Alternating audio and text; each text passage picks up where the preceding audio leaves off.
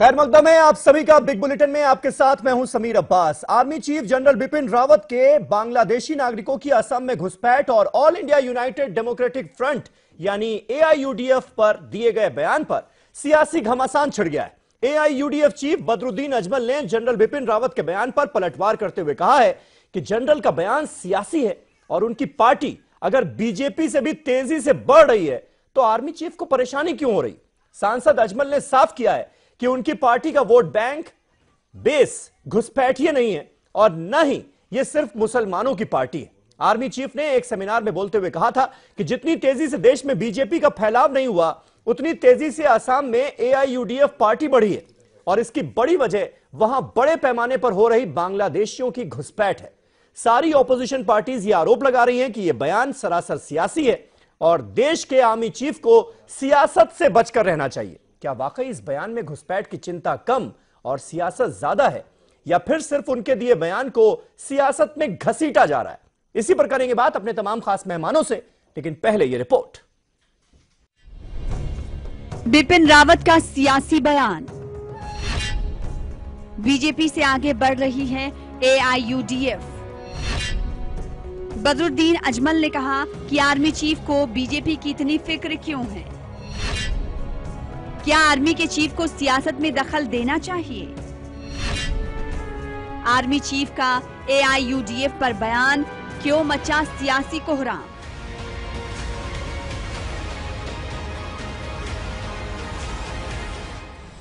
फौज के सरबराह बिपिन रावत की जानिब से आसाम की पार्टी एआईयूडीएफ को लेकर दिए गए बयान पर सियासी कोहराम मच गया है।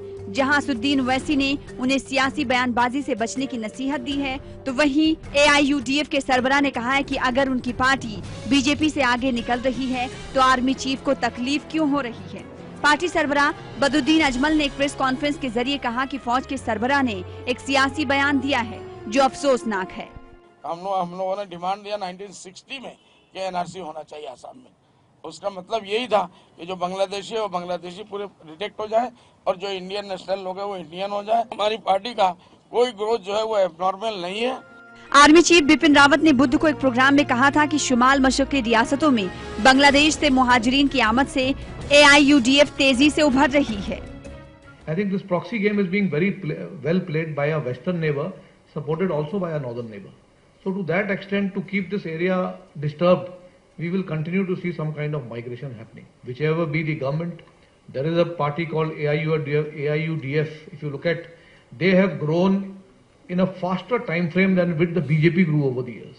When we talk of the Jansangh with 2 members of parliament and where they have reached, the AIUDF is moving at a faster pace in the state of Assam.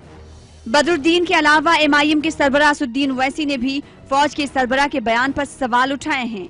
Owaisi ने ट्वीट करते हुए कहा कि फौज के सरबराह को सियासी मामलात में मुदाखलत नहीं करना चाहिए। किसी सियासी पार्टी के उरूज पर बयान देना उनका काम नहीं है।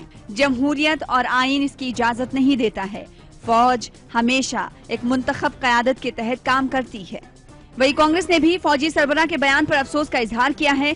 कांग्रेस लीडर राशिद अल्वी ने कहा कि फौजी सरबराह को ऐसी सियासी बयानबाजी के बजाय ये बताना चाहिए कि बांग्लादेश से दरअंदाज आने में कैसे कामयाब हो रहे हैं। तो वहीं बीजेपी लीडर शाहनवाज हुसैन ने फौजी सरबराह बिपिन रावत के बयान को दुरुस्त करार दिया।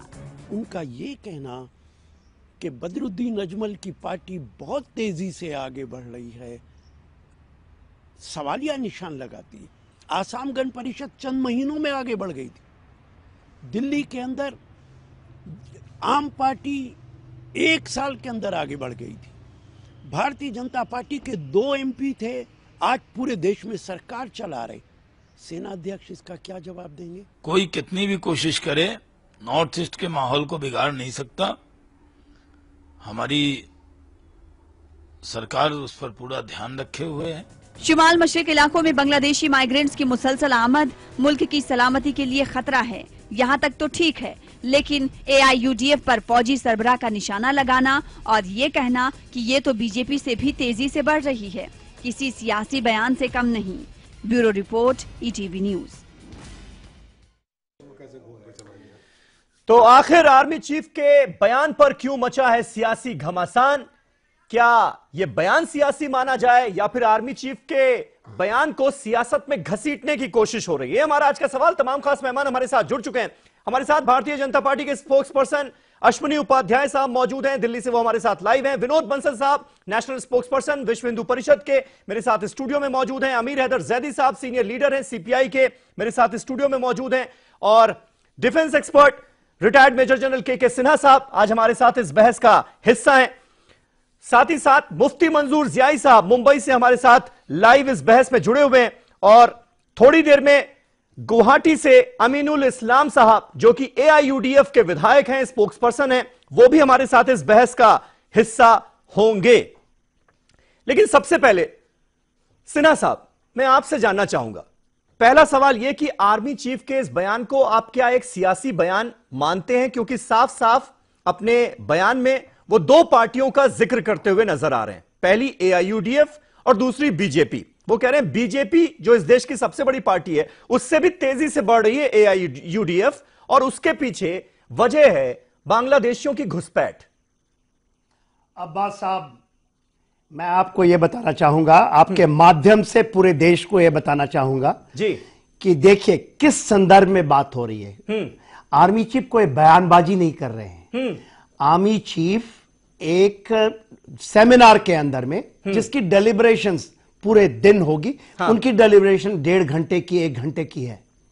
उस 1.5 घंटे के पूरे समीक्षा जो कर रहे हैं वो, और क्या नॉर्थ ईस्ट के ऊपर ये सेमिनार हो रहा है, उसके अंदर में वो बताना चाह रहे हैं कि किस तरह से हमारे जो वेस्टर्न उन्होंने नाम लिया है नेबर हैं और जैसे नॉर्दर्न नेबर है, कैसे उनकी तंत्रें यहां काम कर रही हैं कि नॉर्थ ईस्ट के अंदर में डेमोक्रेटिक जो पैटर्न है उसका कैसे शिफ्ट हो रहा है। और जो हमारा उस इलाके में एक सेंसिटिव एरिया जो आजकल चर्चा का विषय बना हुआ है, चिकन नेक, आपने सुना होगा चिकन नेक, जिसको सिलीगुड़ी कॉरिडोर भी कहते हैं, ये धुबरी का इलाका है, आसाम का इलाका है।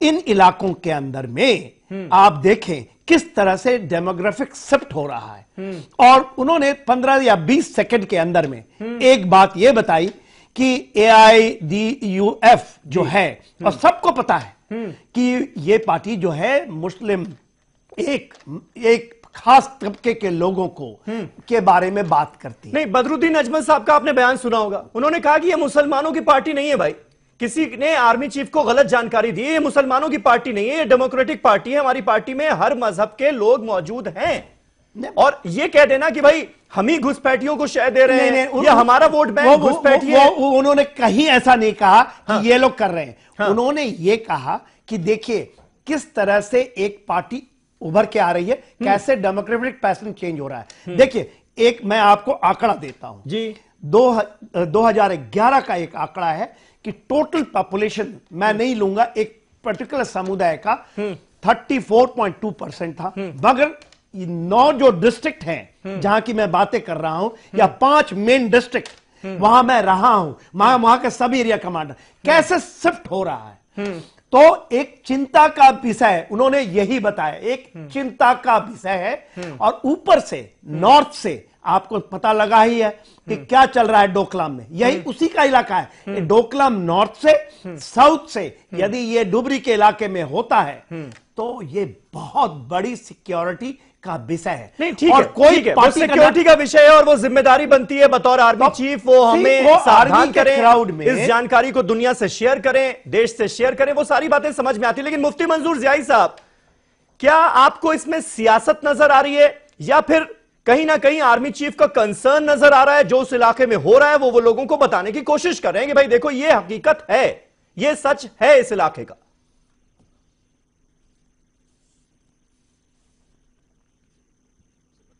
है समीर भाई कि आर्मी चीफ ने जो बातें की है वो यकीनन कहीं ना कहीं मुस्बत बातें हैं, अच्छी बात है, लेकिन मुझे इस बात पर हमारी चिंता जना रही है और हमारे जहन को मुंतशिर करने पर मजबूर कर दिया है कि ये सब कुछ जो मामला हो रहे हैं आर्मी चीफ के कंट्रोल में है, बीएसएफ के कंट्रोल में है। अगर वो सारी चीजों का जो उल्लेख है वो लोगों के सामने रखने के बजाय होम मिनिस्टर के सामने रखना चाहिए था, होम मिनिस्टर के सामने रखते नहीं है और ये लोगों के सामने पेश करके अपने सियासी बयानबाजियां देकर के वो क्या बताना चाहते हैं कि आने वाले दिनों में वो उनका नजरिया कुछ और है कि बीजेपी में शामिल होना चाहते हैं। हमें तो ऐसा लगने लगा है कि इन्हें कपड़े अपने वर्दी उतार के साइड में रखना चाहिए और बीजेपी का चोला पहन करके बातें करनी चाहिए थी। हमें बहुत सम्मानजनक है, चूंकि चीफ है हमारे आर्मी के और हमारे हिंदुस्तान की तमाम नशोनुमा उनके साथ है, और हमें यकीन है कि ये थोड़ा सख्त बयान नहीं हो गया इस देश के। एक मिनट, इस देश के आर्मी चीफ के लिए आप बात कर रहे हैं। एक मिनट, उनको अपनी बात कहने दीजिए भाई। ठीक है, मुफ्ती साहब, आर्मी चीफ के लिए बात कर रहा हूं, क्योंकि ये बात वो लोगों के साथ करें ये मुनासिब नहीं है। ये बात तो होम मिनिस्टर साहब के साथ करनी चाहिए थी। अगर वहां पर कुछ मामला थे तो वो उसको बाउंड्री को सील कर दे, वो वहां की आबादी को सील कर दे। मतलब आप लोग प्रोटेक्ट करते रहोगे उसको। समीर भाई, मतलब काम से आर्मी का ये प्रोटेक्ट करना होगा, उसको सील करना, बाकी आप लोग बढ़ाते रहोगे उनको। अगर वहां पर आर्मी अगर अपनी जिम्मेदारी को नहीं समझती है तो कौन समझेगा? हिंदुस्तान की आवाम के हालात क्या है? लोग आर्मी के जवान मारे जा रहे हैं, इसके जिम्मेदार कौन? नहीं तो आर्मी अपनी जिम्मेदारी को तो समझ रही है ना, तभी वो बता रहे हैं। इसको ऐसे भी तो देख सकते हैं आप कि वहां उस इलाके का जो कंसर्न है वो उसे दुनिया के सामने रख रहे हैं, देश के सामने रख रहे हैं। हमने कहा कि वो अच्छा बयान है, लेकिन यह बयान कानूनी तौर पे जिम्मेदारी के साथ होम मिनिस्टर के पास पहुंचनी चाहिए थी, ना कि आवाम के पास। अश्विनी उपाध्याय साहब, क्या आप मानते हैं कि आर्मी चीफ ने जिस तरह से AIUDF और बीजेपी दो सियासी पार्टियों का नाम ले लिया अपने इस बयान में, भले ही उनका कंसर्न सही रहा हो, लेकिन इसकी वजह से कहीं ना कहीं सियासत शुरू हो गई इस मसले पर, यह सियासत की वजह रहा? नहीं, सियासत करने वाले सियासत करते ही हैं, वो हर जगह सियासत करते हैं, चाहे कोई सा विषय हो। जरा समीर भाई, दर्शकों को यह पता होना जरूरी है, ये पूरी तरीके से सरकारी सेमिनार है, गवर्नमेंट का सेमिनार है, इसमें होम मिनिस्ट्री के लोग होते हैं। ये कोई ओपन सेमिनार नहीं है, ये कोई किसी मेले में या किसी पार्क में सेमिनार नहीं हो रहा है, बाकायदा क्लोज डोर हो रहा है, जहां रा के लोग बैठे हैं, IB के लोग बैठे हैं, आर्मी के लोग बैठे हैं। अब हमारे नेता ये चाहते हैं कि वहां वो जो 100 लोगों की मीटिंग हो रही उसमें भी खुल के बात ना हो। अरे भैया, हम होली दिवाली बनाते हैं उसी आर्मी की वजह से। वो आर्मी के लोग जो हमारी रक्षा करते हैं वो खुल के बात भी नहीं कर सकते क्या? अब मैं आता हूं दूसरी विषय पे, ये बिल्कुल फैक्ट है। लेकिन Ashwini ji, close door meeting तो नहीं थी ना, ये क्लोज डोर सेमिनार तो नहीं था। वहां जैसा जनरल साहब ने बताया, पता थी कि ये सारी बातें बाहर जाएंगी।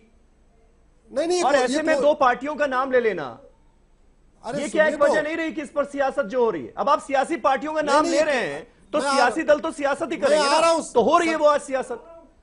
नहीं समीर, नहीं, जो देश के गद्दार है वो हर जगह गद्दारी करते हैं। ये जो गद्दार आज बैठा हुआ है, अरे हाफिज सईद भी पार्टी बना रहा है, तो क्या वो नेता हो गया क्या? ये बदरुद्दीन अजमल वैसा ही है, ये भारत का हाफिज सईद है, ये तो क्या उसकी इज्जत की जाएगी? कह सकते हैं अश्विनी जी, बात कही जा रही है, अश्विनी जी कैसे कह सकते हैं? वो एक पार्टी के सांसद हैं, चुने हुए सांसद हैं। अरे मैं आपको बता रहा हूं, पार्टी के इतने सारे विधायक हैं साहब, अगर ये आप कैसे कह सकते हैं कि वो हाफिज सईद भी सांसद बनने वाला है? क्या तो रहा हूं, हाफिज सईद भी सांसद बनने वाला है। अगर बदरुद्दीन अजमल को हाफिज सईद जैसे आतंकी से मिला रहे हैं तो आपकी सरकार क्या कर रही है भाई? आप किसको कैटेगरी में ला रहे हैं? आप अरे अलगाववादी है, आर्मी चीफ को मिला रहे हैं और आप BSF को मिला रहे हैं। वो आसाम का अलगाववादी है, बयानबाजी कर रहे हैं। कह तो रहा हूं, वो आसाम का अलगाववादी है, इसमें कोई डाउट नहीं है। नहीं, उसकी पूरी पॉलिटिक्स वही है, केवल और केवल मुस्लिम पॉलिटिक्स करता है वो, केवल बांग्लादेशियों की बात करता है वो, बांग्लादेशियों के लिए धरना प्रदर्शन करता है, वहां पे बांग्लादेशियों को बसाने की बात करता है। और कांग्रेस के टाइम में उसने वहां पे रजिस्टर तैयार नहीं होने दिया। सुप्रीम कोर्ट के ऑर्डर के बावजूद 10 साल तक उसके दबाव में कांग्रेस ने वहां रजिस्टर नहीं तैयार करने दिया। ये तो हमारी सरकार आई है तब वहां रजिस्टर तैयार हो रहा है। तो अगर कोई चर्चा हो रही है, ठीक है, एक बात मेजर जनरल साहब आपका जवाब देना चाह रहे हैं, बांग्लादेशी नहीं आते, सुन लीजिए, कोई ये मना कर सकता है कि बांग्लादेशी वहां नहीं आते हैं क्या? जी ठीक है, आप चुप हो जाए तो मैं बोलूं कुछ बात। सिन्हा जी देखिए, इसी जब ये डेलिब्रेशन चल रही थी, हालांकि तो ये बयानबाजी है ही नहीं, ये बार बार बताया जा रहा है कि बयानबाजी कर रहे हैं। देखिए, जब ये डेलिब्रेशन चल रही थी तो चीफ ने एक बात रखी है कि हम लोगों को, मींस वो आर्मी को एड्रेस कर रहे हैं, हमको ये समझना पड़ेगा ये जमीनी हालात है और इसी जमीनी हालात को हम बदल नहीं सकते। उन्होंने ये भी कहा, मगर कोई टीवी दिखा नहीं रहा है। इस जमीनी हालात के ऊपर हमें काम करना है। और हमें सिक्योरिटी कंसर्न का रिव्यू करना है। और इस बीच में उन्होंने कहीं भी, अभी लोग इसकी पार्टियां अपने अपने अर्थ निकालें, वो बात अलग है, बट चीफ ने, और मैं कहता हूं देखिए 70 के दशक में जब हम लोगों ने 71 की लड़ाई लगी, उस समय में फील्ड मार्शल मानेकशॉ जो उस समय चीफ थे, उन्होंने भी ओपन तरीके से इस इलाके की इसी तरह से बात की थी। यह कोई नया नहीं है, केवल हम लोग अभी 2018 में घूम रहे हैं। ये पहले भी 3 दशक 4 दशक पहले भी बात होती रही है, कोई नई चीज नहीं है। हाँ, मेरा केवल एक आपसे अनुरोध है, कोई भी आर्मी चीफ को भी पता होगा ना कि उनके इस बयान का क्या क्या मतलब निकाला जाएगा सियासी आर्मी पार्टियों से। अब देखिए अश्विनी साहब यहाँ पर बैठे हैं, वो बदरुद्दीन अजमल को सीधे हाफिज सईद से कंपेयर करने लगे। नहीं, वो उनकी गलती है, उनकी गलती है।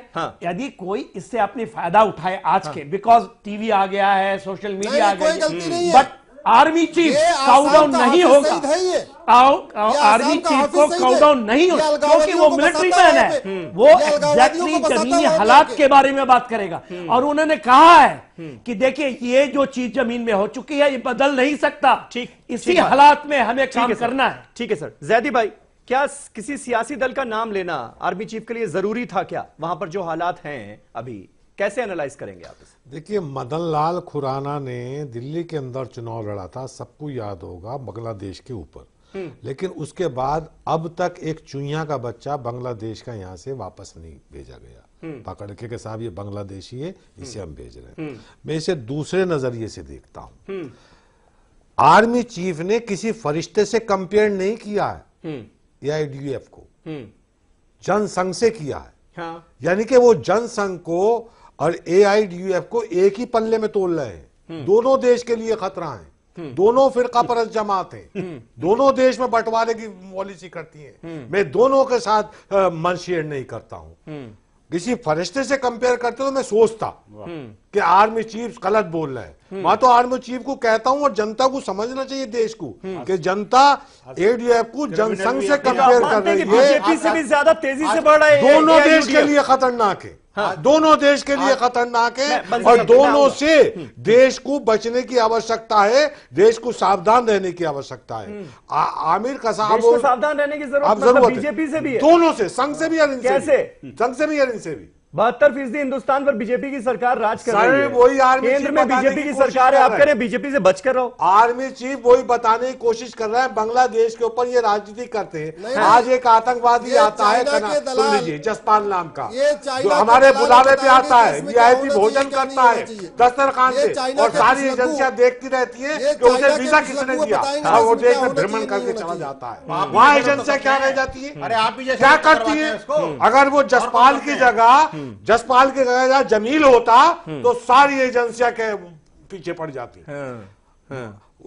उसका दाऊद की बीवी यहां आती है, दावत में शरीक होती है, चली जा सकती है, सारी एजेंसियां देखती रह जाती है। लेकिन हम सियासत बांग्लादेश पे, हम गौ माता पे करेंगे, हम लफ्जियात पे करेंगे। टीवी चैनल पे बैठ के तो बोल रहे हैं बड़ी बड़ी बातें, लेकिन उन्होंने आज तक इस बात को कभी पुलिस को इन्फॉर्म किया, IB को इन्फॉर्म किया?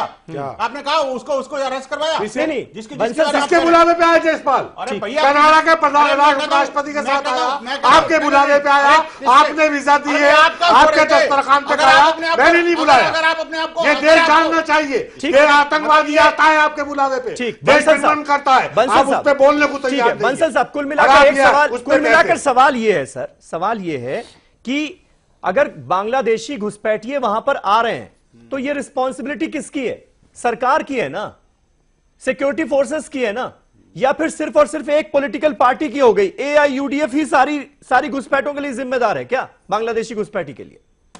समीर भाई, देखिए 2-3 बातें बड़ी इंपॉर्टेंट हैं इसमें जो डिस्कशन में आई है, वो ये कि देखिए, एक तो आर्मी चीफ के बयान को जो है ना जी, जो सिंगुलर लिया जा रहा है उसको उस तरह से नहीं लेना चाहिए जो पूरे को, क्योंकि पार्टीज का नाम आ गया ना, पॉलिटिकल पार्टी का नाम आ गया। देखिए, पॉलिटिकल पार्टी का नाम ले लिया। देखिए, वो गलती ये है कि भाई पॉलिटिकल पार्टी का नाम लेना ही आजकल पाप है, ये बात भी है।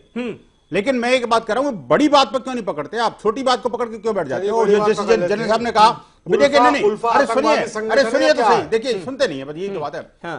मैं कर रहा हूँ, देखिए आप मुझे बताइए, ये जो आतंकवादी है ना, टीवी चैनल पे बैठ के छोड़ दीजिए, टीवी चैनल पे बैठ के जो आतंक फैलाते हैं उनको थोड़ा रोकना पड़ेगा आपको। देखिए बोलिए आप, मैं ये बात कर रहा हूँ, देखिए एक बड़ी समस्या ये है कि जो आज जो डेमोग्राफी बदल रही है वो बदल चुकी है, काफी हद तक बदल चुकी है, और उसको रोकने की बेहद आवश्यकता है। अब जो टीवी चैनल पे बैठ करके लोग चिपड़ी बातें तो करते हैं कि साहब ये होना चाहिए, वो होना चाहिए, वो होना चाहिए, हमने भी ऐसे कहा था और हमने भी ऐसे किया था, हमने कहा सेना को सील, अपने सीमा को सील कर दो। अरे कहने की बात अलग है, करने की बात, ये कथनी और करनी में अंतर है। वो जीआई साहब का और इनका अपने सीपीएम का, सीपीआई का, सबका दिख रहा है सामने। भाई ये बैठ के तो कर रहे हैं। आप उल्फा के साथ मिलकर चुनाव लड़ते हो। अरे चुनाव जो लड़ता है उसकी बात करो, चुनाव लड़ते हो आप लोग, बीजेपी का कोई चुनाव नहीं लड़ता। लेकिन मैं जसपाल आतंकवादी देश घूम के जाता है, आपके दस्तरखान पे खाना देखिए, आपके रिपीट मत कीजिए ना, एक मिनट, बहुत कम है वक्त। मेरी बात को सुनने नहीं दिया, कंप्लीट करें आप। मुफ्ती साहब के पास जाना है मुझे, वो कुछ ऐड करना चाह रहे हैं। मुफ्ती साहब के पास ही जाना चाहिए, क्योंकि वो वही इस आइडियोलॉजी को समर्थन देने वाले हैं, राष्ट्रवादियों के साथ। नहीं, आइडियोलॉजी क्या है, एआईयूडीएफ की आइडियोलॉजी क्या है, आपको क्या पता है? सेना चीफ के सामने कैसे बोल रहे हो आप? सेना चीफ के बयान पर इस तरह की भाषा का प्रयोग करना चाहिए क्या इनको? ये क्या देशवासी नहीं है ये ऐसे बोल रहे हैं जैसे पाकिस्तान के नागरिक है ये?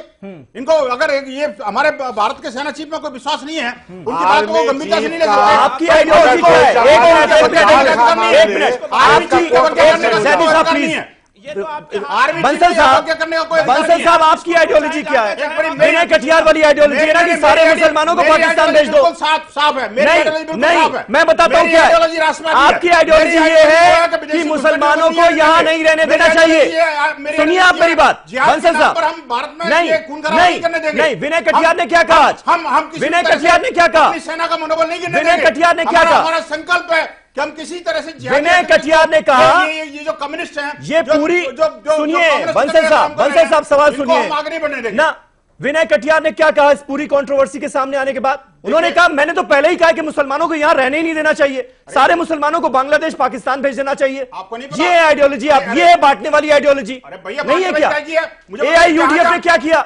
एआईयूडीएफ ने भेजा क्या किसी को कहीं और? देखिए आप मेरी बात को सुन नहीं रहे, यही तो बात है। नहीं, दिक्कत है ये, सुनने दे रहे हैं, आप सुन रहे ना। मैंने सुनी आपकी बात, मैं बड़ा स्पष्ट तौर पर कह रहा हूं। आप उनकी आइडियोलॉजी पर सवाल उठा रहे हैं, आपकी आइडियोलॉजी पर भी सवाल है। नहीं, उनकी आइडियोलॉजी, सेना प्रमुख की आइडियोलॉजी से आप अलग हैं। सेना प्रमुख की बात नहीं कर रहा, सेना प्रमुख की बात कर रहा हूं। सेना प्रमुख की बात नहीं कर रहा, एआईयूडीएफ की आपने बात की ना, आपने एआईयूडीएफ की बात की ना, उस पर मैं बोल रहा हूं।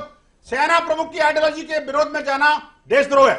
मैं कहता हूं उसमें जो बांग्लादेशी घुसपैठ है देश के लिए नासूर बने। हर चीज देशद्रोह थोड़ी हो जाती है, हर चीज देशद्रोह थोड़ी हो जाती है सर। आइडियोलॉजी अलग अलग हो सकती है, लोग अपनी अपनी बात कर सकते हैं, लोग अपनी राय रख सकते हैं, हर चीज देशद्रोह नहीं होती इस देश में। सेना की अपमानना, सेना का अपमान नहीं सहन करेंगे हम, ठीक है। और दूसरी बात और बताऊंगा, सेना का अपमान होना भी नहीं चाहिए, बिल्कुल सही बात। जब जहां हिंदू, लेकिन हर चीज देशद्रोह नहीं होती। जब जहां हिंदू घटा देश बटा। ये देखिए आपने कर दी ना वही बात, कर दी वही बात आपने, यही बात है, सच्चाई है। मुफ्ती मंजूर साहब, मैं चैलेंज के साथ कहता हूं, मैं चैलेंज मुफ्ती मंजूर साहब, मुफ्ती मंजूर साहब, मुफ्ती मंजूर साहब, तो मैं देता हूं प्रूफ आपको। मुफ्ती मंजूर साहब, पाकिस्तान क्यों बना? ठीक है, यही जिहादी, ठीक है, अब हो गई ना, हो गई बात आपकी, हो गई। मुफ्ती मंजूर साहब रिएक्ट करना चाह रहे हैं जी। मुफ्ती मंजूर साहब, क्या कुछ लोगों को बहाना मिल गया है क्या आर्मी चीफ के इस बयान के बाद? समीर, एक बार फिर ये कि हिंदू घट रहे हैं, मुस्लिम बढ़ रहे हैं, ये सब करने का? इसमें कोई जरूरत नहीं है, ठीक है।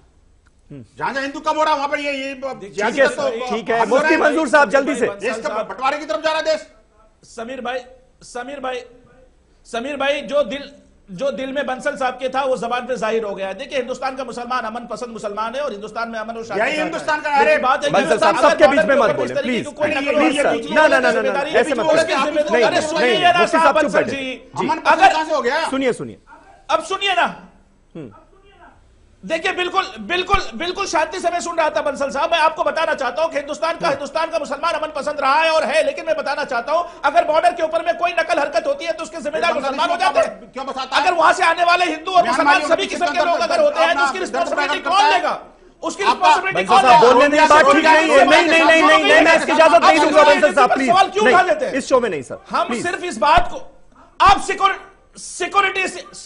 सिक्योरिटी एजेंसी के ऊपर में आप इस तरीके की बातें क्यों करते हैं? सिक्योरिटी एजेंसी हमारी मुस्तहकम है, मजबूत है, ताकतवर है। अगर हमारी सिक्योरिटी एजेंसी ताकतवर नहीं होती तो हिंदुस्तान को न जाने किस दिशा में ले जाते लोग। लेकिन हमें यह कहना है कि अगर सिक्योरिटी एजेंसी हमारी इतनी मजबूत है तो सील क्यों नहीं करती है बॉर्डर को सील कर दिया जाए, आने वाले तमाम लोगों को गोली मार दी जाए, वो लोग जो हमारे हिंदुस्तान में घुसने की कोशिश करते हैं। लेकिन अफसोस हमारे लिए अफसोस की बात यह है कि सेना के जवान मारे जाते हैं, वही जिम्मेदार है।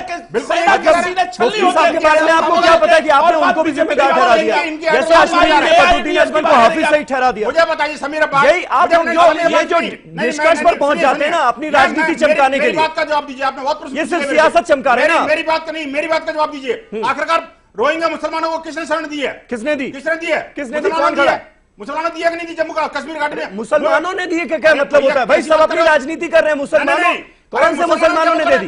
कौन से मुसलमानों ने दे दी रोहिंग्या को शरण? आपको पता जम्मू में आर्मी के हमला हुआ था, किसने हुआ था? रोहिंग्या मुसलमानों के वजह से हुआ कि नहीं हुआ? सरकार किसकी है? और मुझे बताइए, नहीं सरकार किसकी है? आपको तो सरकार किसकी है? सरकार किसकी है? जिम्मेदारी तो सरकार को ही लेनी पड़ेगी ना, या मुसलमानों के सर जिम्मेदारी पड़ेगी भाई? आप ना मुझे बताइए, आखिरकार हर चीज में मुसलमान कर दो। ये कोई मतलब हुआ? छोटे मोदी से सवाल उठाना, अगर मुसलमान शरण नहीं देता मोदी देश तो में कश्मीर चला गया तो असम के अंदर कोई घुसपैठ कर सकता था? मुझे बताइए, अगर मुसलमान वहां का शरण नहीं देता तो क्या बांग्लादेशी घुसपैठ ही कर सकता है? घुसपैठ कर सकता था? अभी आप कह रहे थे बांग्लादेशी रहते हैं दिल्ली में, अभी आप कह रहे थे घुसपैठ के लिए एआईयूडीएफ जिम्मेदार है, अब आप कह रहे थे घुसपैठ के लिए मुसलमान ही जिम्मेदार। यही तो है ना। एक छोटा सा ब्रेक लेना पड़ेगा मुझे, माफ कीजिएगा, एक छोटा सा ब्रेक। फौरन होते हैं हाजिर और बहस को आगे बढ़ाते हैं। अश्विनी जी मैं आऊंगा आपके पास, लेकिन ब्रेक के बाद वक्त खत्म हो गया। एक छोटा सा ब्रेक, फौरन हो रहे हैं हाजिर। सेना के लिए चुनौती बने हुए हैं।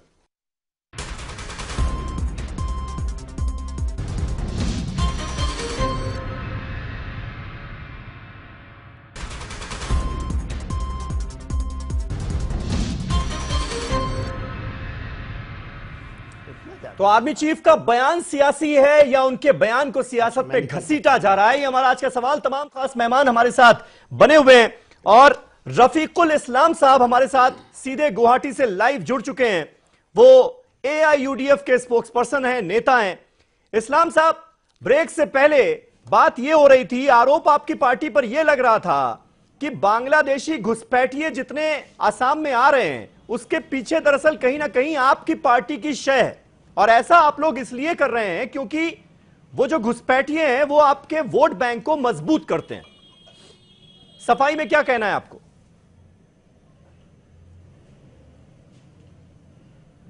देखिए, मैं पहला हिस्सा में तो था नहीं, लेकिन आपने जो बातें कही हैं मैं जवाब दूंगा। हमारी जो पार्टी है वो डेमोक्रेटिक पार्टी है, और जो इंडियन जो सिटीजन है, जो यहाँ के नागरिक है, वोटर है, जिनका नाम वोटर लिस्ट में है वही वोट देते हैं। अगर घुसपैठी कोई होगा उसका नाम वोटर लिस्ट में होने का कोई सवाल ही नहीं है, वो वोटर ही नहीं है। जो घुसपैठी होगा वो जाएगा। हमारी पार्टी का क्लियर स्टैंड है। जो आसाम अकॉर्ड हुआ था, आसाम अकॉर्ड के मुताबिक 1971 के बाद जो भी बाहर से आएगा, फॉरेनर्स होगा, उसको जाना होगा, इंडिया छोड़ना होगा, आसाम छोड़ना होगा। और 71 से पहले जो लोग according to Assam accord 6A का जो धारा है, प्रोविजन है, उसके मुताबिक वो इंडियन है, वो आसाम में रहेगा। अरे हमारा क्लियर स्टैंड है। हम विदेशी के वोट का वोटर लिस्ट में होने का सवाल ही नहीं है। अब जब उसका वोटर लिस्ट में नाम नहीं होगा वो कैसे एक आदमी को वोट डालेगा? हमको तो इस्लाम साहब, आर्मी चीफ का बयान सुना ना आपने, वो कह रहे हैं आपकी पार्टी जो है वो बीजेपी से भी तेजी से आगे बढ़ रही है, क्योंकि दरअसल वोट बैंक जो आपकी पार्टी का है वो ये घुसपैठिए हैं। हाँ, घुसपैठिए बढ़ते जा रहे हैं, आपका वोट बैंक बढ़ता जा रहा है। हाँ, अच्छा, ये बड़ी दुखद की बात है। आर्मी चीफ साहब जो है बिपिन रावत साहब, हम उनको रेस्पेक्ट करते हैं और आर्मी को भी रेस्पेक्ट करते हैं। मेरे घर से कई आदमी आर्मी में हैं। मेरा एक कजिन सिस्टर का बेटा भांजा वो कारगिल में शहीद भी हुआ है। उस फैमिली के लोग हम लोग हैं। आर्मी को हम सलाम करते हैं, सैल्यूट करते हैं। वो देश के बॉर्डर में रहते हैं, देश को रक्षा करते हैं, उनकी जिम्मेदारी है, करते भी हैं और अच्छे ढंग से करते हैं, सलाम करते हैं। लेकिन दुख की बात है कि आर्मी चीफ साहब ने जो बातें कही है, कई बातें तो सही है, जैसा कि आपके 1200 से यहाँ जिस वक्त आहोम आए हैं उससे पहले से मुसलमान आसाम में आए हैं, इस तरह की कई बातें और नॉर्थ ईस्ट के बारे में कही है, वो सही है, सही बात को सपोर्ट करना चाहिए। लेकिन कई बातें जो उन्होंने कही है बेबुनियाद है। उसमें एक तो है कि बीजेपी से एआईयूडीएफ तेजी से बढ़ रही है। मैं आपको बतलाऊं, पिछले मर्तबा में एमएलए था, मेरे साथ सिर्फ 5 बीजेपी के विधायक थे, हम लोग 18 एआईयूडीएफ के विधायक थे। अभी जो 2016 में इलेक्शन हुआ, बीजेपी के 5 एमएलए से 60 एमएलए हो गया और हमारा 18 एमएलए में से हम 13 हो गए, तो हम कैसे बीजेपी से फास्टर जो हमारा समझदारी की बात की आपने। सिन्हा साहब इसका जवाब मैं आपसे चाहूंगा, सर आपको जाना भी है मुझे पता है सिन्हा साहब, लेकिन इसका जवाब देते जाइए। वो कह रहे हैं हमारी पार्टी तो कम हो रही है, पहले से कम हो गए। विधायक साहब से और वो इत्तेफाक भी रख रहे हैं, वो रावत साहब की बातों से इत्तेफाक भी रख रहे हैं जो उन्होंने इस समस्या की तरफ हमारा ध्यान खींचा है, लेकिन ये पॉलिटिकल मामला बना दिया गया इसे, सिर्फ ये दो पार्टियों का जो नाम आ गया। देखिए समीर जी, अब्सोल्युटली यदि आप पूरे डेलिब्रेशन को देखिए, 1.5 घंटे की डेलिब्रेशन देखिए, कहीं भी ऐसी बात नहीं है उसके एक अंश को लेकर के जो इसके आगे कहा है वो भी नहीं कह रहे हैं, दिखा रहे हैं। देखिए उन्होंने क्या कहा है, जमीनी हालात जो है उसको समझाया है फौज के लोगों को। सर एआईयूडीएफ को जिम्मेदार ठहरा दिया ना? नहीं ये नहीं ठहराया, नहीं ठहराया है। वो कह रहे हैं कि जमीनी हालात को समझना पड़ेगा और कहीं नहीं बोला है कि ये रिस्पॉन्सिबल है। उन्होंने ये नहीं बोला है, उन्होंने कहा इन चीजों को हमको समझना पड़ेगा कि एक पार्टी का विस्तार हो रहा है, दूसरी पार्टी का नहीं हुआ है, ये समझाना चाहा है। और उन्होंने उसके आगे का बयान आप दिखा नहीं रहे, क्योंकि वोट बैंक जो है वो बांग्लादेशी घुसपैठ ही है। नहीं ऐसा कुछ नहीं कहा है। ये लोग तभी तो विस्तार हो रहा है ना। देखिए ये बांग्लादेशी घुसपैठी एक तरफ बढ़ रहे हैं, एक तरफ उन्होंने कहा है, सुनिए मतलब तो यही है ना समीर जी, या तो आप पूरा देख लीजिए 1.5 घंटे का। उन्होंने इसके आगे क्या कहा, उन्होंने कहा कि देखिए हम लोगों को, उन्होंने अपने फौज को कह रहे हैं और जो सिक्योरिटी से कंसर्न है, जमीनी हालात को समझ करके कहोगे इनको निकालना, इसको बदला नहीं जा सकता। वो उन्होंने कहा है कि इसको बदला नहीं जा सकता, बस इस हकीकत को ध्यान में रख करके हमें अपना तैयारी करना चाहिए। ये उन्होंने चिंता जताई है। आपको वोट बैंक के लिए घुसपैठ की साजिश हो रही है।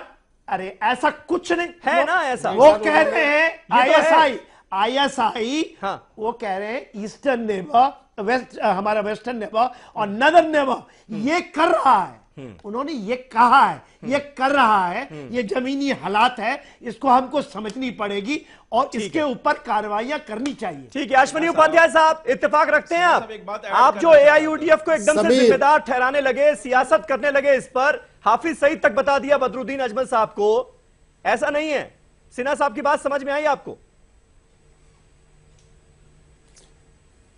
नहीं मुझे सिन्हा साहब की बात समझ में आई। मुझे लगता है सिन्हा साहब चूंकि फौज में है, उनकी एक अपनी कसौटी है, उसके आधार से बात कर रहे हैं। मैं आपको फैक्ट रखूंगा।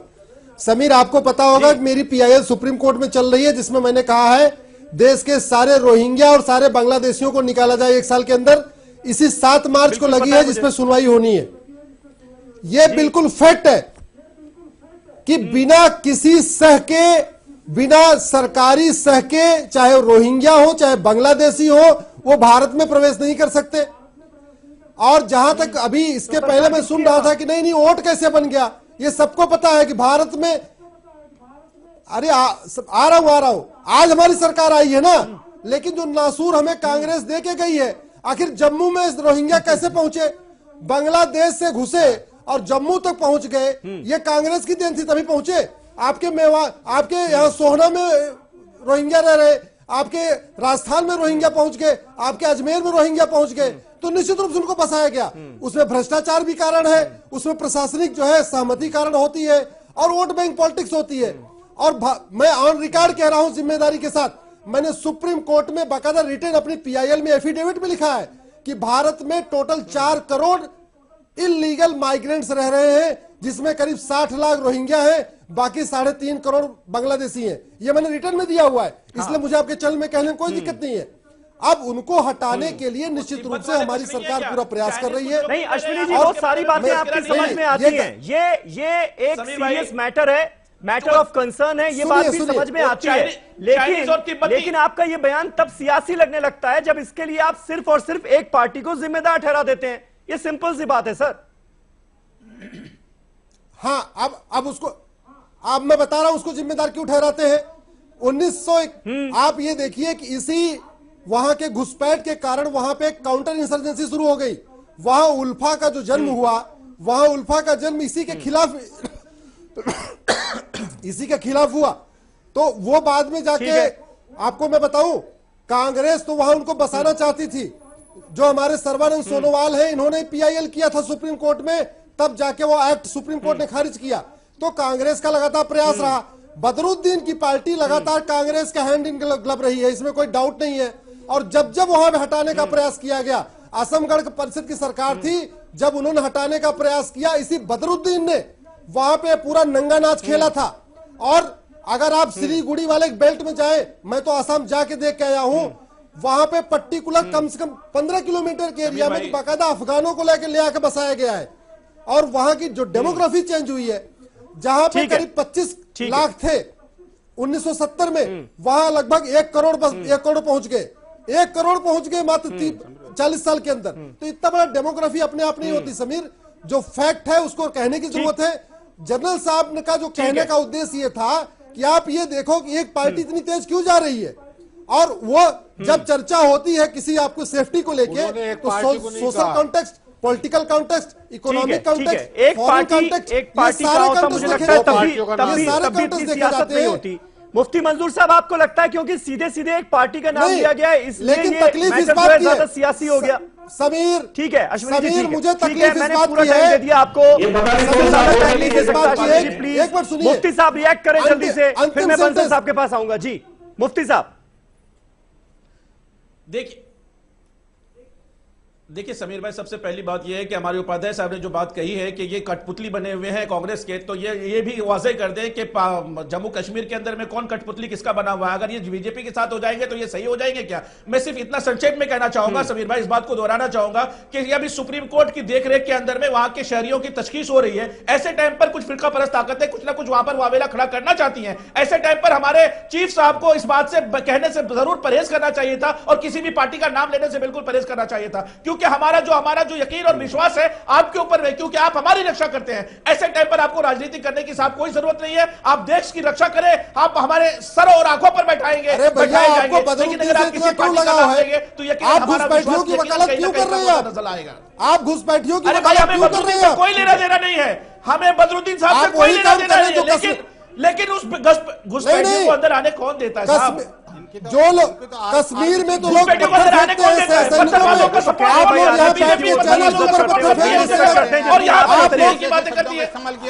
आपको दोनों पहलू देखिए, उनका कहना है। आप लोग टीवी पे बैठ के सेनाध्यक्ष के ऊपर पत्थर फेंक रहे हैं, आप लोग टीवी पे बैठ के सेनाध्यक्ष के ऊपर पत्थर फेंक रहे हैं। आप जो काम कश्मीर पत्थरबाजी करते हैं वही काम हमारे सेनाओं पर कश्मीर में देखा जा रहा है, खामोश बैठे हैं आप। हमारे जवान मारे जाते हैं, आप खामोश बैठे हुए। वहां के पीडीपी सरकार के साथ बैठे हुए हमारे जवान रोज मारे जाते हैं, आप खामोश बैठे। मुझे समझ में नहीं आता आप क्या करवा रहे हैं आप? अगर घुसपैठियों की बात होगी तो आपको मिर्ची क्यों लगती है? ये भी बता दो, घुसपैठियों की बात करते हैं मिर्ची क्यों लगती है? बता दो जवानों पर पत्थर कौन फेंकता है? अरे ये जियाई साहब बताएंगे, फेंकते हैं और उसके साथ हाथ में हमारे ऊपर बैठ रहा है। ये बताइए ना, सरकार आपकी है, हर चीज का सरकार आपकी है, पीडीपी के साथ मिलकर सरकार कौन चला रहा है? सरकार से क्या मतलब है इसका? सरकार तो करेगी और कौन करेगा? तो आप कह दो, और अपने काम सरकार करेगी। बहुत बढ़िया बात की। तो पत्थरबाजों पर से केस वापस कौन ले रहा है?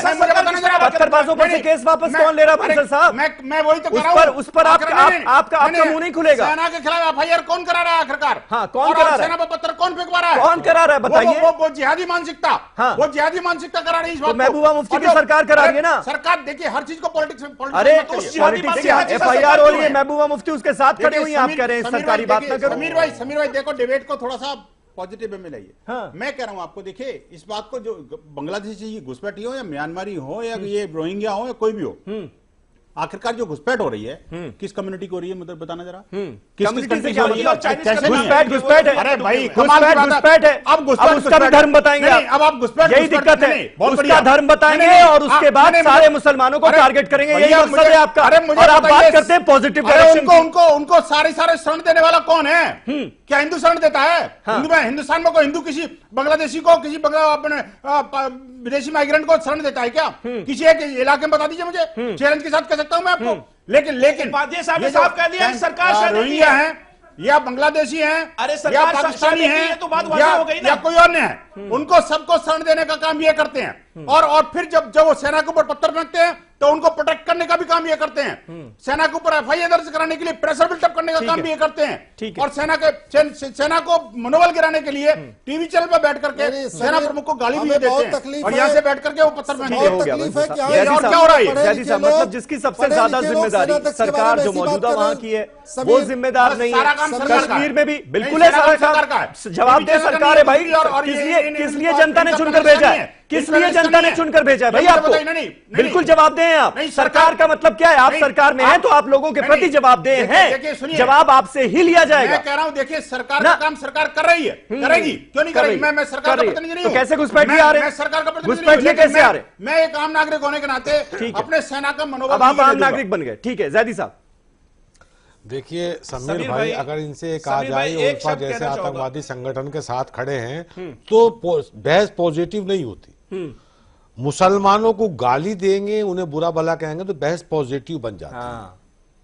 जसपाल जैसे आतंकवादी इनके दस्तरखान पे बैठ के खाना खाएंगे। बंसल साहब आप नहीं बोल रहे थे ना बंसल साहब, ये मत क्या कीजिए बस प्लीज। आप सारी बातें कह चुके हैं, मुझे सिर्फ इस बात का जवाब ऐसा तो नहीं कि आपने कही नहीं है। मेरी बात का जवाब तो दे दीजिए कि आखिरकार घुसपैठियों की मदद कौन सी? वही बता रहे ज़ैदी साहब। जसपाल जैसा आतंकवादी देश के दस्तरखान पे आके खाना खाता है यार, आतंकवादी नहीं है वो, आतंकवादी नहीं है, आपका घोषित आतंकवादी है। घुसपैठ भाई आप, मैं आतंकवादी चिट्ठा खोल दूंगा। खोलो ना। सारा सीपीआईएम बंसल साहब ये गलत बात है। 1942 से लेकर बंसल साहब ये गलत बात है।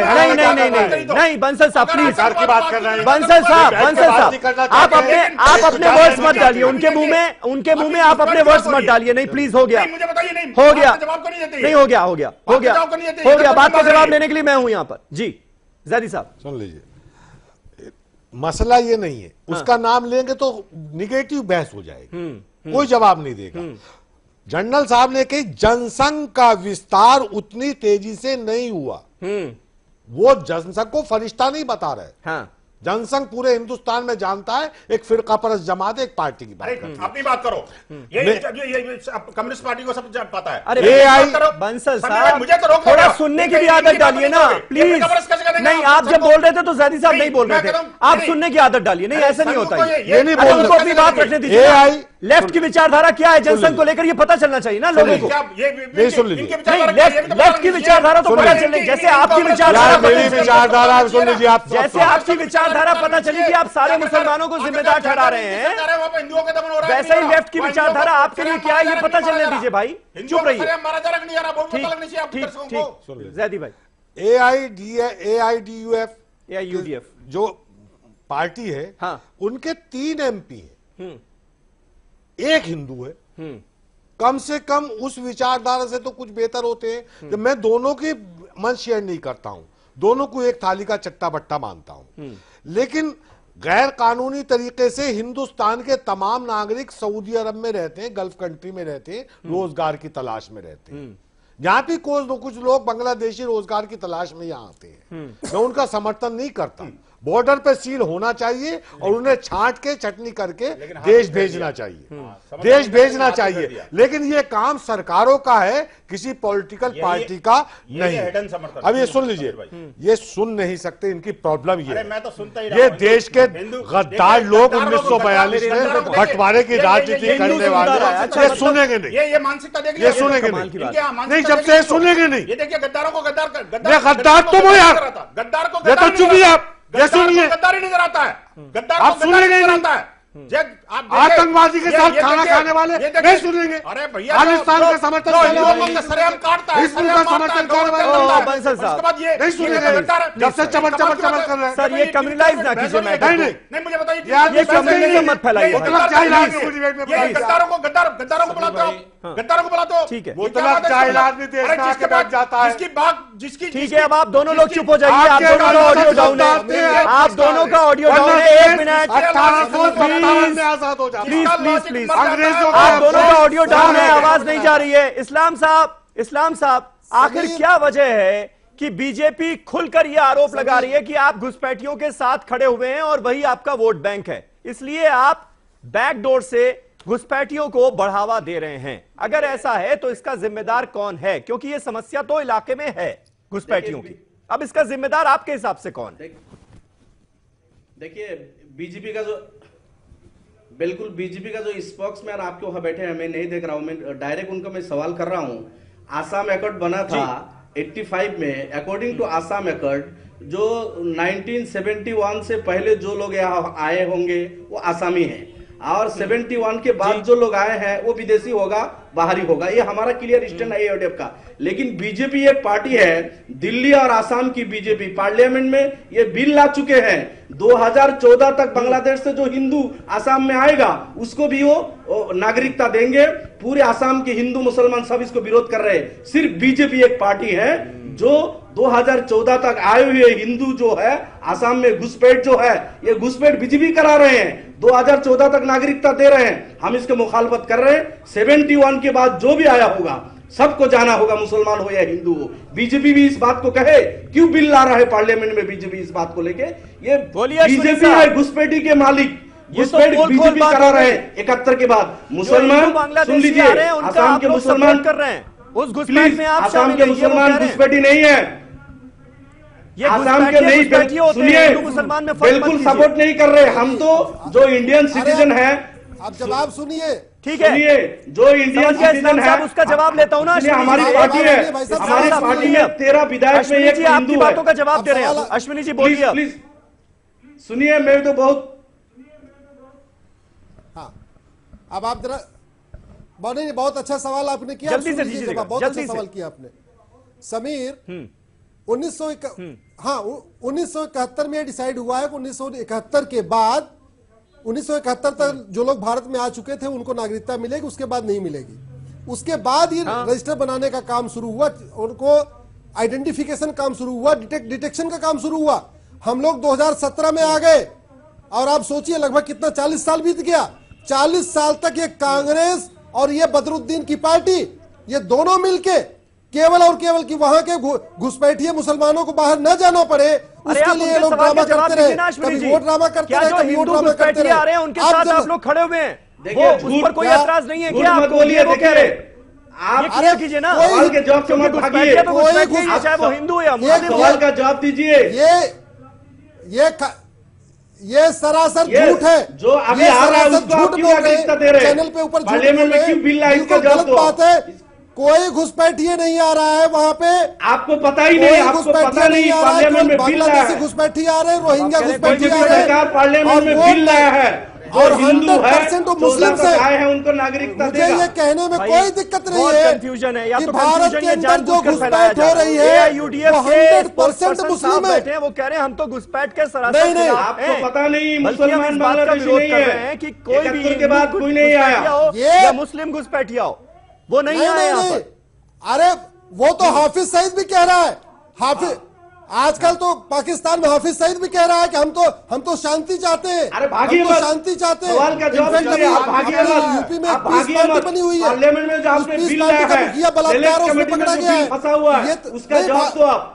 मैं आपको चुनौती देता हूँ, आप ये बिल्कुल गलत बयानी कर रहे हैं, झूठ बोल रहे हैं। इनको मिर्ची इसलिए लगी हुई है, भगा दो। अरे ये लोग तो धरना दे रहे हैं वहां पे, आप बोलो क्या आपका स्टैंड है? ये लोग आसाम में दंगा कराना चाहते हैं जब से रजिस्टर बन रहा है, जब से रजिस्टर बन रहा है सबसे ज्यादा इन लोगों को पेट में दर्द हो रहा है। दंगा तो आरएसएस समझ में आ गया है, 1971 से लेकर 40 साल को रोक लिया, अब रोक नहीं पाएंगे, इसलिए इनको दर्द हो रहा है। कोई नहीं रोका। अरे क्या मत चाहिए, एनआरसी का काम चल रहा है, लोगों ने क्या गंद फैला रखी है, 71 के बाद हो जाएगा, इशारा किया, लेकिन बीजेपी उन्होंने लेकिन पॉलिटिकल पार्टी का जो नाम ले लिया, उसके बाद जो घुसपैठी है हो रही है। मुफ्ती मंजूर ज़ियाई साहब, रिलीजन क्या के इस नाम से मैटर को भी हिंदू मुसलमान बनाने की कोशिश है क्या? क्या लग क्या रहा है आपको? बीजेपी उनके साथ खड़ी है। हर मुमकिन कोशिश हिंदू और मुसलमान बना करके हिंदुस्तान को बांटने की साजिश रची जा रही है, और हिंदुस्तान का हिंदू और मुसलमान इस चीज को होने कभी नहीं देगा। मैं तो सिर्फ आखिरी शब्दों में इतना जरूर कहना चाहूंगा कि वो लोग जिन लोगों ने हमेशा घोटाले किए, जब कचौड़ी बनाना और पकौड़े बनाना और कचौड़ी बना ये बिजनेस हो गया है, तो कुछ दिन के बाद ये कहने लगेंगे वो लोग जो भाग गए पैसे लेकर के, वो भी तो एक व्यापार ही था, वो भी तो कारोबार ही था। ये कारोबार बना देंगे साहब, ये अपने फायदे के लिए न जाने क्या क्या कर देंगे, हिंदुओं को मुसलमानों से बांट देंगे, मुसलमानों को हिंदुओं से बांट देंगे, ये हिंदुस्तान को बांटने की बात करते हैं। हम तो ये चाहेंगे कि हिंदू और मुसलमानों को जोड़ करके एक खूबसूरत हिंदुस्तान देखना चाहते हैं हम, और वो हिंदुस्तान देखना चाहते हैं जिसका जो ख्वाब हमारे बुजुर्गों ने देखा था, और ये लोग कुछ लोग नहीं होना देना चाहते हैं, कुछ लोग नहीं होना देना कर दिया कीजिए। हिंदू मुसलमान सब मिलकर इस देश में रहे, गंगा जमनी तहजीब आगे बढ़े।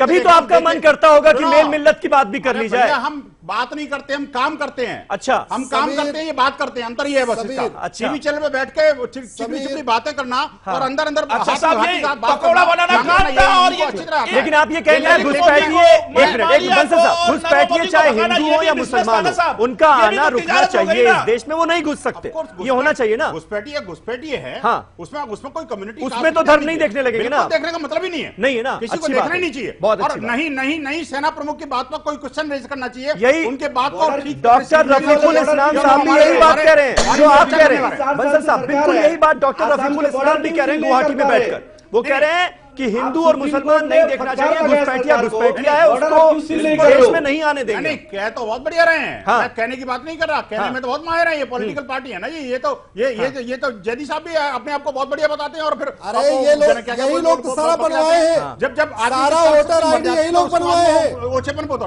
जैदी साहब 10 सेकंड लास्ट आप ही बचे। लेकिन ये जनरल साहब ये दिखाना चाहते हैं कि धर्मनिरपेक्ष पार्टियों की कई कमी रही है, हाँ, जो जनता फिरका परस्त पार्टियों की तरफ जा रही है। जनसंघ का विस्तार उतनी तेजी से नहीं हुआ जितनी तेजी से दूसरी फिरका परस्त। तो आप जनरल साहब के बयान को सियासी बयान मान रहे हैं? सियासी नहीं कह रहा हूँ, बल्कि वो देश हित में बता रहा हूँ। मसला है बंसल साहब, सियासी बयान है क्या ये? सियासी बयान है आपके हिसाब से? ये देश के लिए चेताने वाला बयान है, देश के लिए चेताने वाला बयान है कि जनसंघ जैसा विस्तार इतनी जल्दी नहीं हुआ जितनी दूसरे पार्टी का हो रहा हो। और ये धर्मनिरपेक्ष पार्टियों के लिए एक चेतावनी, उन्हें सुधरना चाहिए, आम जनता की समस्याओं को एड्रेस करना चाहिए। चलिए ठीक है, बहुत बहुत शुक्रिया आप सभी का। डॉक्टर रफीकुल इस्लाम साहब आपका भी शुक्रिया, मुफ्ती मंजूर ज़ियाई साहब, विनोद बंसल साहब, अश्वनी उपाध्याय जी, अमीर हैदर ज़ैदी साहब, बहुत बहुत शुक्रिया।